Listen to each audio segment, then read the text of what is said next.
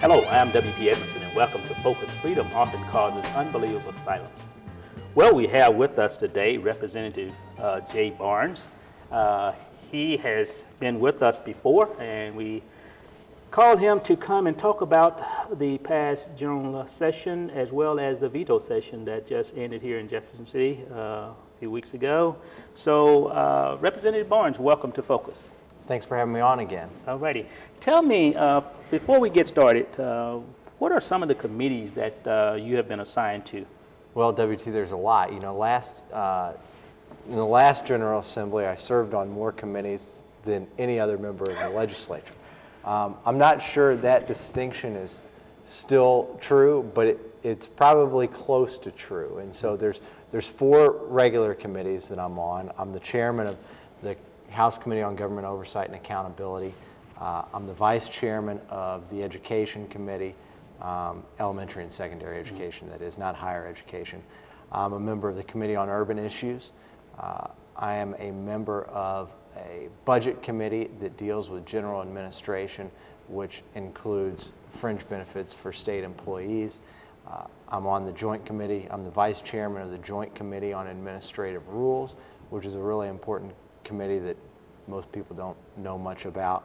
I've been on 2 interim committees on Medicaid over this period in between sessions, and I'm on a joint committee on child abuse and neglect to try to reduce the instances of child abuse and neglect in our state. Okay. All of this work that you're doing, are you preparing yourself for a greater calling? Well, it's a lot of work. It's fun a lot of the times. It's not so fun some other times, as everyone deals with. And no matter what line of work you're in, there are parts you love and parts you don't like at all. So. Yeah. Okay. What is all this? Well, I went camping this weekend on the Current River, and it was cold at night. So I thought, I'd spend a little time growing some facial hair down there, and here we are Monday after I get back, and I kind of didn't mind it for a little while. So that's the Jay Barnes after a camping trip. Okay. Look. Okay. Well, look. Again, I really appreciate you taking the time out of your busy day to come and share with us what's been going on.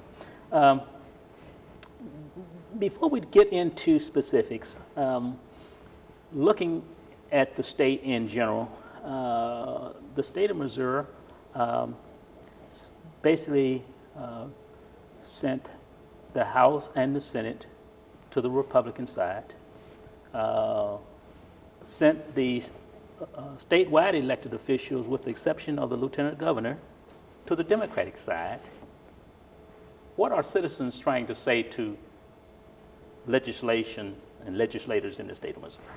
Well, I don't know what the larger message to be gleaned from those facts are. I think that citizens look at individual races and make up their mind on individual races, and so you just deal with whatever comes. The result that came is who we have in office now. I don't think I think Missouri is largely a populist state. Missourians do not like big government, but Missourians also don't like big multinational corporations that cheat ordinary citizens. I guess in observing what has been going on in state government as well as government nationwide, it appears that there is segments of the population that is simply angry at almost everything. You have a group who seem to be somewhat in the middle, but it seems like those extremes on each end make the most noise. So with that being the case, how does a legislator actually go about doing his job or her job?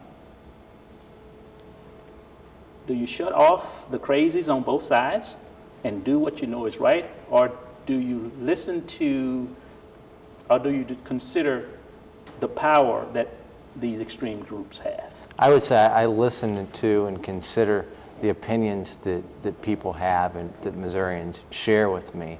But at the end of the day, when it comes to whether I'm going to push the green button in the House or the red button in the House, or whether I'm going to sponsor this bill or not support that bill, whether that bill ever comes to a vote or not, I do what I think is right. And I've sort of got an order of priority. The first is my own conscience. The second is my constituents. And the third is the caucus. And normally what happens is conscience and constituents dictate everything. Now, there might be some issues on which my conscience doesn't play any role. I have no real thought one way or another, and my constituents don't really know what they think. And in that case, you go a different way, but really it comes down to that. I'm going to do what I think is right based on my own conscience and what's right for my constituents. In some quarters, people will call that being radical. Thinking about the fact that there are legislation that comes forward that it is evident that the legislation is being pushed by a particular lobby group that may not be in the best interest of the individual, but on the other hand, it may be in the best interest corporate-wise, which generates jobs, dollars, and so forth. Do you look at where the bill is coming from, or do you look at the impact of that bill? I look at the impact of the bill. Sometimes it's important to know where a bill is coming from in order to figure out unforeseen consequences or what might be behind something. There might be innocuous language, and typically this doesn't happen on high-profile bills. It might happen on very low-profile bills that would never be reported on, that might seem innocuous on their face, but if you look into the details, the first question I ask any lobbyist that comes into my office is, okay, who are you here on behalf of? Because I want to know, why are they coming to this meeting with this angle? And so I think it's very important on bills that aren't heavily reported upon. As far as big picture legislation, there's less of a need to do that. But what you got to do is you look at the content of the bill, and who's pushing the bill might be a clue as to what the ultimate goal is. But ultimately, a bill stands on its own content and not on who's pushing it or who's opposed to it. It's what's in the actual bill. What will this mean for the people in Jefferson City and the people of the state of Missouri? When you have two powerful lobby groups on opposite ends, putting pressure on the passage or the defeat, in your position as a legislator, having not made your mind up on that bill, how do you then go about moving to the point where you can say with sincerity that you have done your due diligence and not taken into consideration the pressure from both ends? I think, in most cases, in my situation, before I was a state representative, I worked in a governor's office and had more policy areas than any other person in that governor's office. I worked for the President Pro Tem of the Missouri Senate, where I was an attorney for him, and so I had a lot of exposure to different ideas and coursing through the state capitol. And I've been a reporter, and I'd been an intern in the House of Representatives. So I come to the job as an attorney as well with a lot of experience, despite my young age, that I've got a little bit of a handle on the vast majority of issues on which we have to make decisions. If there's a bill that's close, what I typically do is I ask both sides for as much information as they have, and I don't want their one-page talking points. I want their legal analysis of the impact of a bill. I want to know what other states have done it and what the results in those states have been. If somebody comes and asks me to vote yes on a certain bill, the other question I like to ask is, okay, who's against it and why are they against it? And then I'll go figure that out from the other side. On major pieces of legislation, again, I think the content determines the result, and those interest groups on both sides it's very important that they have a First Amendment right to petition government. And it's very important for the aspect of getting information to people to help them to be able to decide how they're going to vote. Sometimes you find the information is lacking on one side or the other. That's typically an indication of how you should vote. Okay.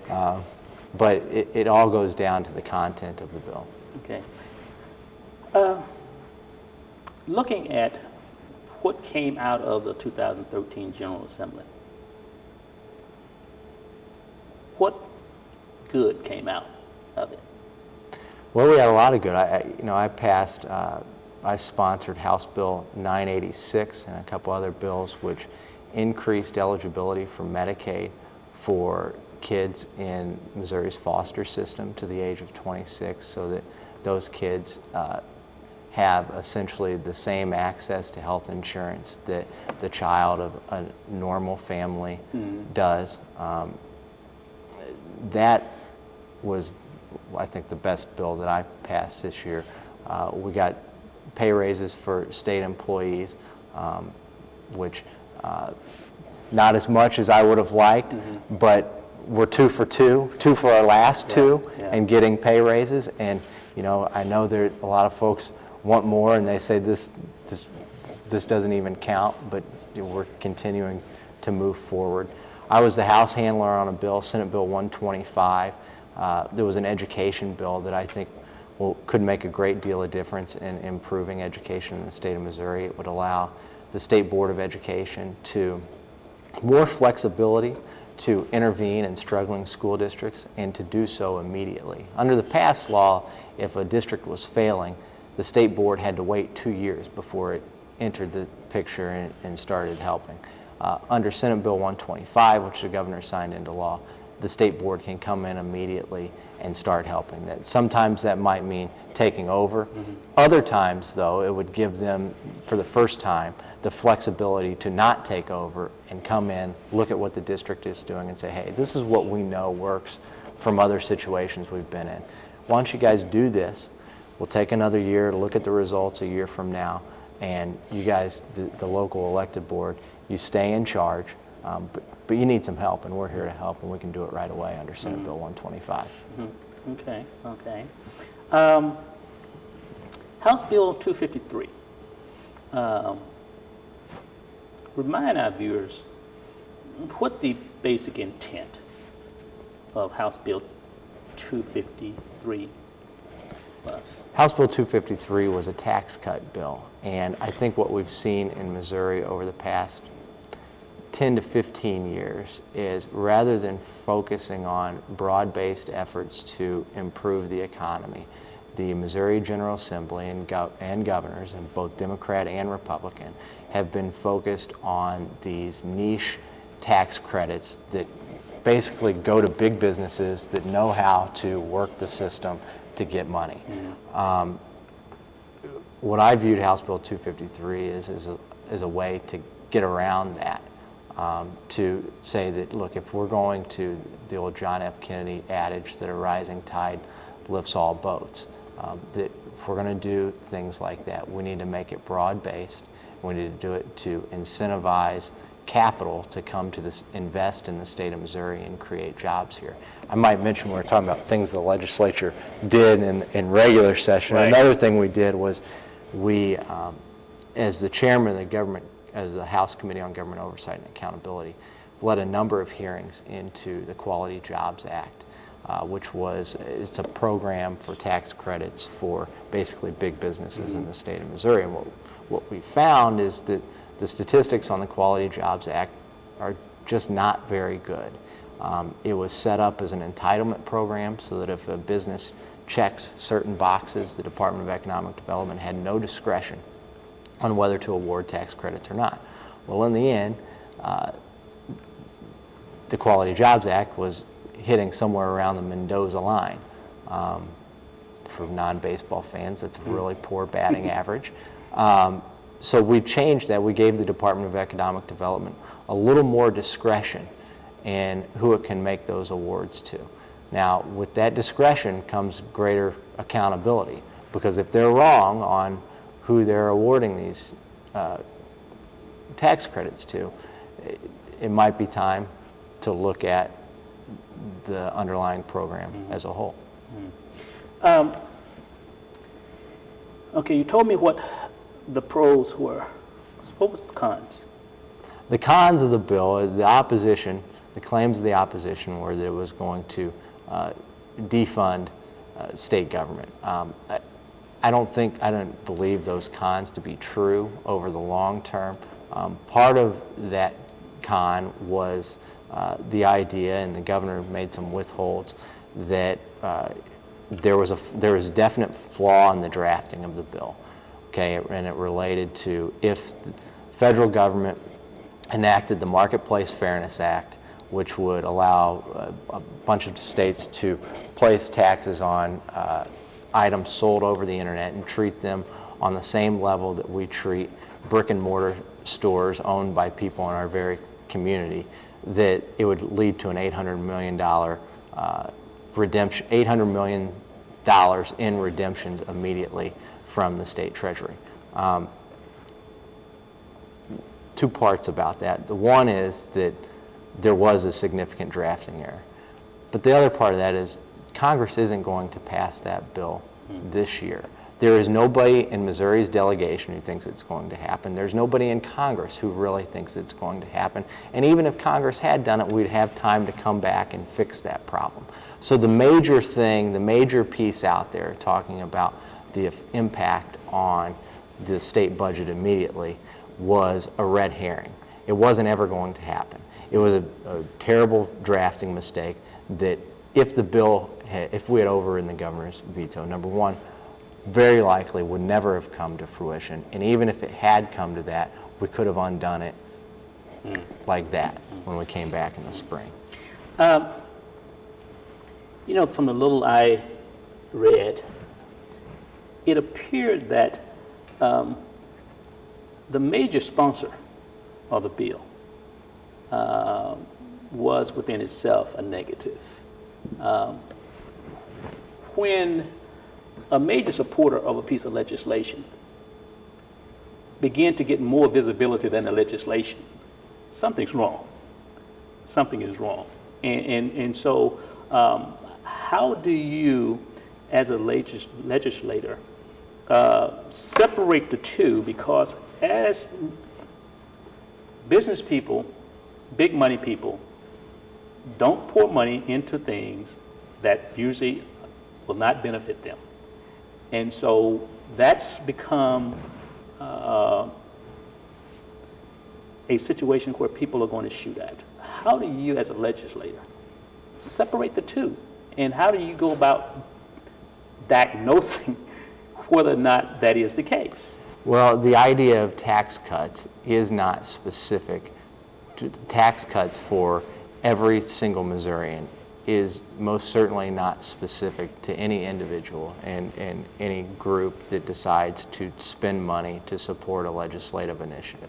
This was a tax cut that would have applied in some part to everyone and would have most certainly applied to every small business in the state of Missouri that operates as a limited liability company.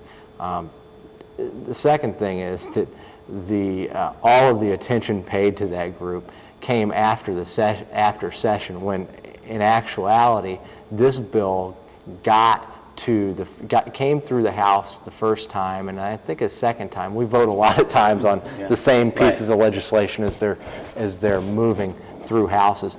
before any big interest group took notice of it. I think they were, the interest group that you're referring to was a Johnny come lately to the dance after the House and the Senate had done most of the work to get the bill passed.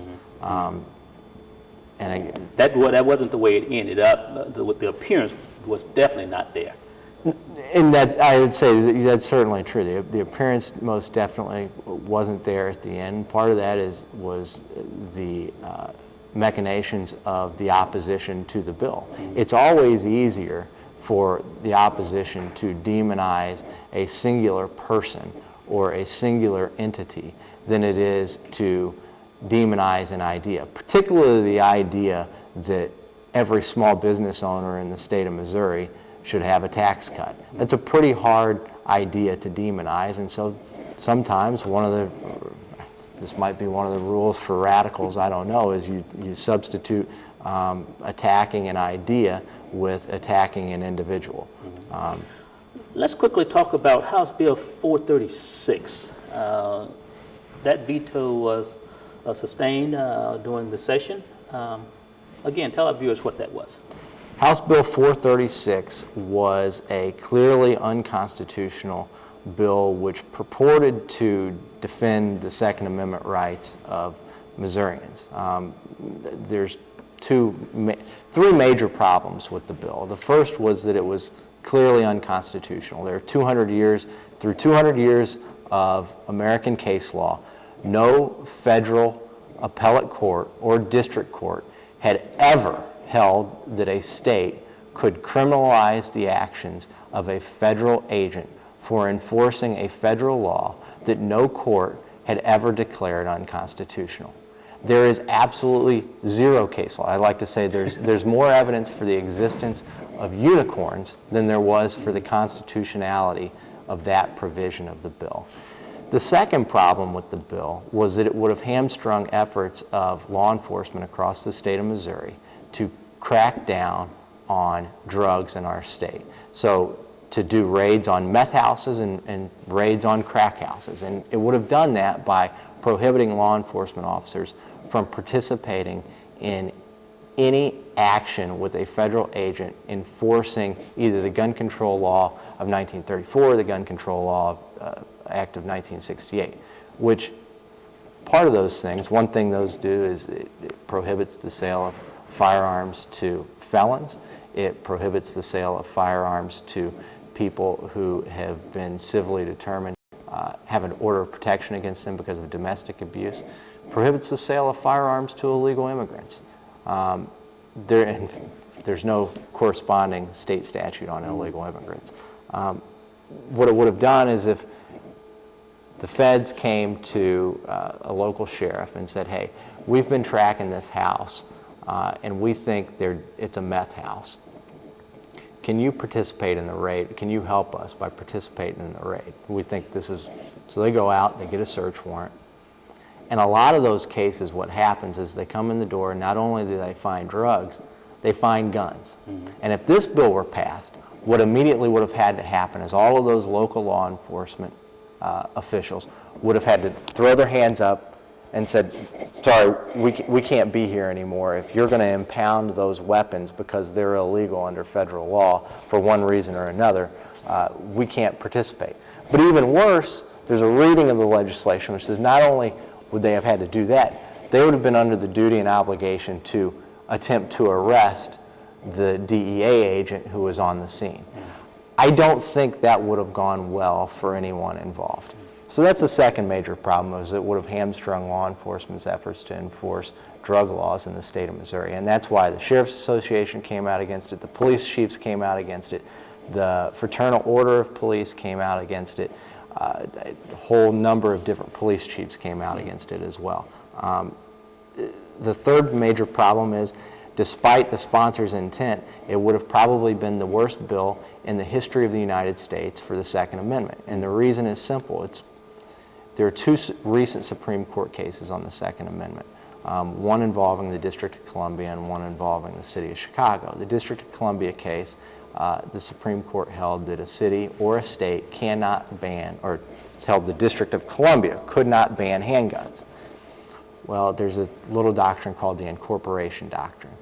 Until the 14th Amendment, the first 10 amendments weren't considered to be incorporated and to apply against state and city governments.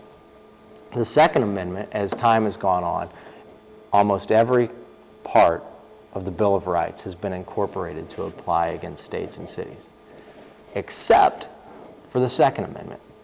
The Second Amendment, however, was incorporated in a case against the city of Chicago in just 2012.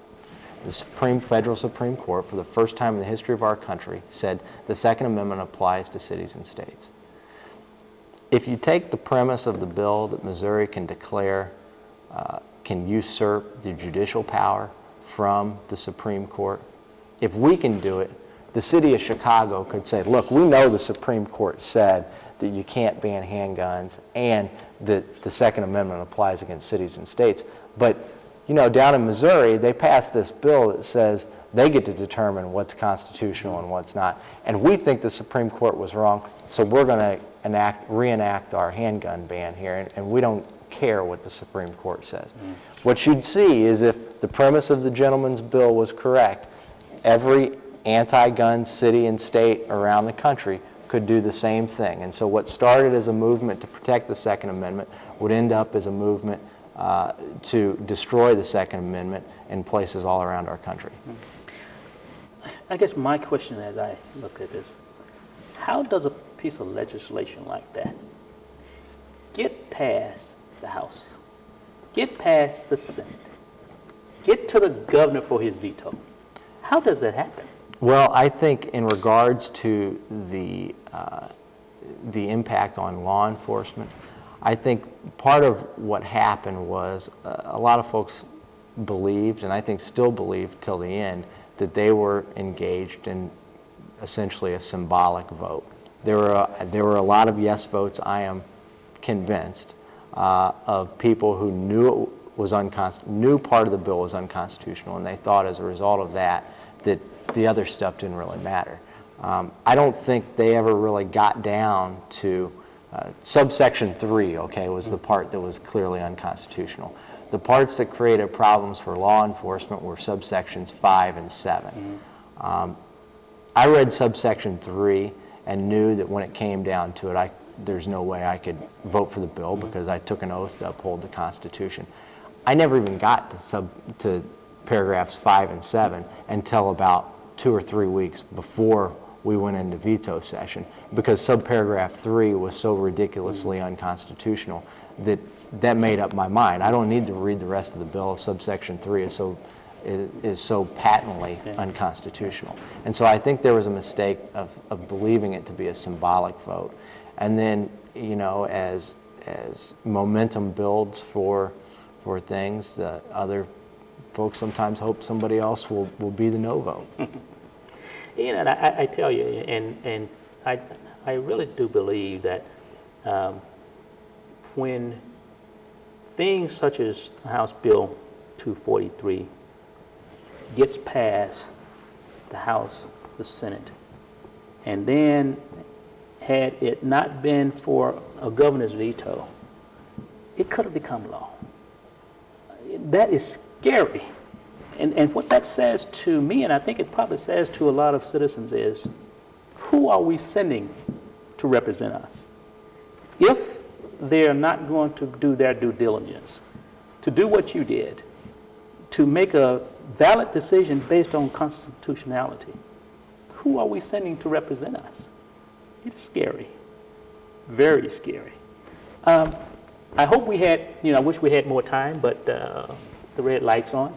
I want to thank you again for coming and sharing a little bit about what is going on in our state government, and we hope you come back again. Thanks for having me. Okay, thanks a lot. Hey, we'll hope that you take the time to participate in your government. You don't know what's going to happen, but if you don't participate, hey, you deserve what you get. We'll see you next time. God bless.